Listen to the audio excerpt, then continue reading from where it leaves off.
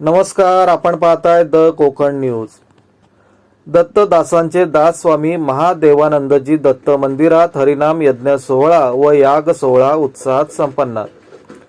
कोकणातील गाणगापूर म्हणून परिचित असलेले दत्तदासांचे दास स्वामी महादेवानंदजी दत्त मंदिर श्री क्षेत्र रायपाटण तालुका राजापूर जिल्हा रत्नागिरी यांच्या वतीने 27 ते 30 या कालावधीत हरिनाम यज्ञ सोहळा आयोजित केला होता।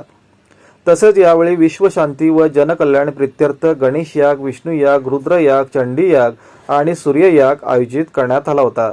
या यागाचे पौरोहित्य पैठणी गुरुजी यांच्या मार्गदर्शनाखाली नाशिकमधील गणेश गुरुजी यांच्या हस्ते झाले। यावेळी पंचक्रोशीतील अनेक भक्त आणि भाविक या कार्यक्रमात मोठ्या संख्येने सहभागी झाले होते। या 4 दिवसात मंदिरात भरगच्च धार्मिक कार्यक्रम झाले। दिवसा होम व याग होत होते।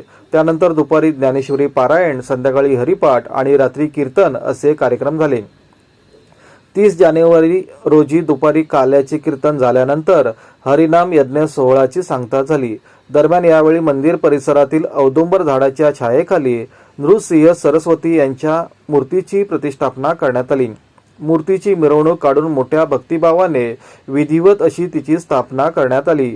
या यज्ञ सोहळा दरम्यान जयेश बांबरकर महाराज यांनी उपस्थित भाविकांना मार्गदर्शन केले। हबप श्री सोनूबुवा कुर्णेकर पायी दिंडी यांच्या मार्गदर्शनाखाली हरिपाठाचा लोकांनी मनमुराद आनंद घेतला।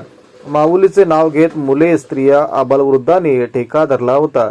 तर हबप डॉक्टर मनोहर गोरे, हबप संतोष चव्हाण आणि हबप विजय पांचाळ यांनी सुश्राव्य असे कीर्तन केले।